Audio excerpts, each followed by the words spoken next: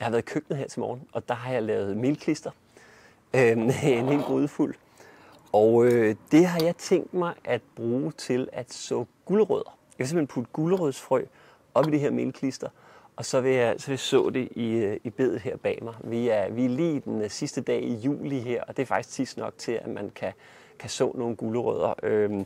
Jeg vælger dem, der hedder Nantes, eller i det her tilfælde Nantes 2. Nantes, det kan være forskellige af de der. Det er en forholdsvis hurtig gulerod, og den kan jeg altså godt nå at høste nogle små gulerødder af, inden efteråret kommer. Og det skal altså sås med det her melklister. Er det så smart, spørger du måske? Det ved jeg ikke. Det er jo det, jeg skal prøve. Da jeg sagde det til Hanna, min bedre og frøsnapperens bedre halvdel, at jeg havde tænkt mig at så gulerødder på den måde, så sagde hun også, hvorfor ikke bare drysse dem ud med hånden?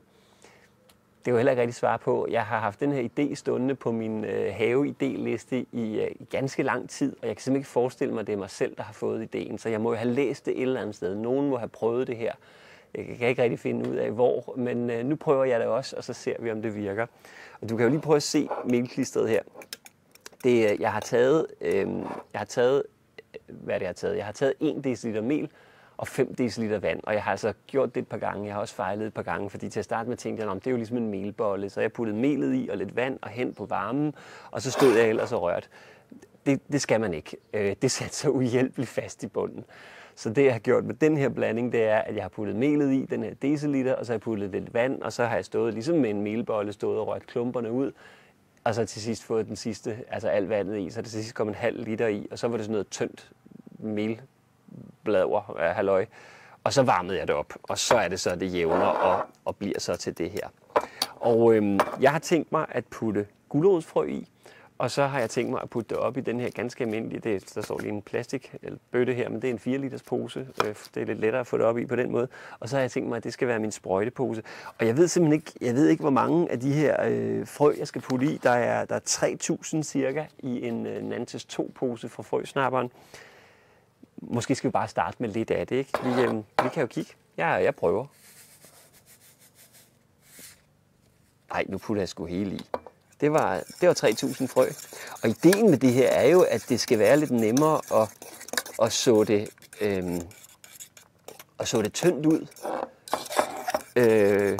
Og det er jo det, nu er vi i juli, sidste dag i juli, det vil sige, det er jo august i morgen. Og det er her, der er rigtig mange gulerodsfluer, og gulerodsfluer bliver tiltrukket af lugten af gulerod. Så det vil sige, at hvis man går hen og roder for meget i gulerødderne, for eksempel ved at udtynde, så vil gulerodsfluen med større sandsynlighed kunne lugte, at der er gulerødder i farvandet. Så det vil sige, at en af de her idéer med det her er jo nok, at jeg kan så det så tyndt, at jeg ikke behøver at udtynde. Og hvem ved, måske er der noget næring i melet. Nej, det er noget vrøvl. Der er nok ikke noget næring i melet. Nå, men nu putter vi det op i den her 4 liters pose. Jeg synes, det ser meget godt ud. Der er en forholdsvis god spredning på frøene. Det kan også være, der ender med at komme en masse huller.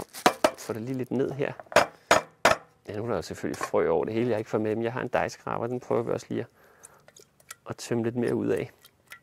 Og så tænker jeg jo simpelthen bare, at jeg klipper et lille hul i den der frysepose. Så. Og så så vi det. Så må vi se, hvad der sker. Jeg har forberedt bedet til højbedet nede bag mig, der har været kartofler i. Det er forberedt til, at det er der, hvor der er nogle riller, vi skal så det i. Jeg synes godt nok ikke, det ser ud af meget til hele det store højbed, men lad os se, hvordan det går. Nu finder jeg lige ud af, at det jo selvfølgelig er lidt fjollet. Jeg har lavet rækkerne på den anden led her, fordi det er jo svært at nå over til den anden side, og der står jo et kamera, men vi gør det så godt vi kan. Nu skal vi se, hvor stort det er. Eller ingen anelse om, hvor stort det her hul skal være. Vi prøver sådan der. Og så er det vel sådan set bare... for søren der går jeg allerede noget ud af. Det går ikke særlig godt, det her. Nå, vi prøver simpelthen at lave sådan nogle striber her.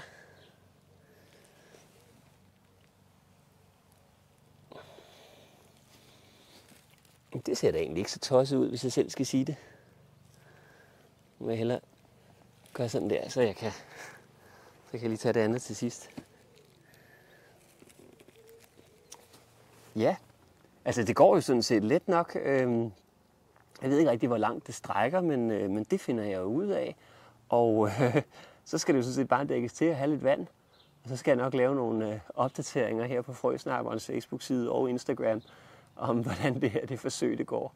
Men jeg vil fortsætte og holde dig orienteret.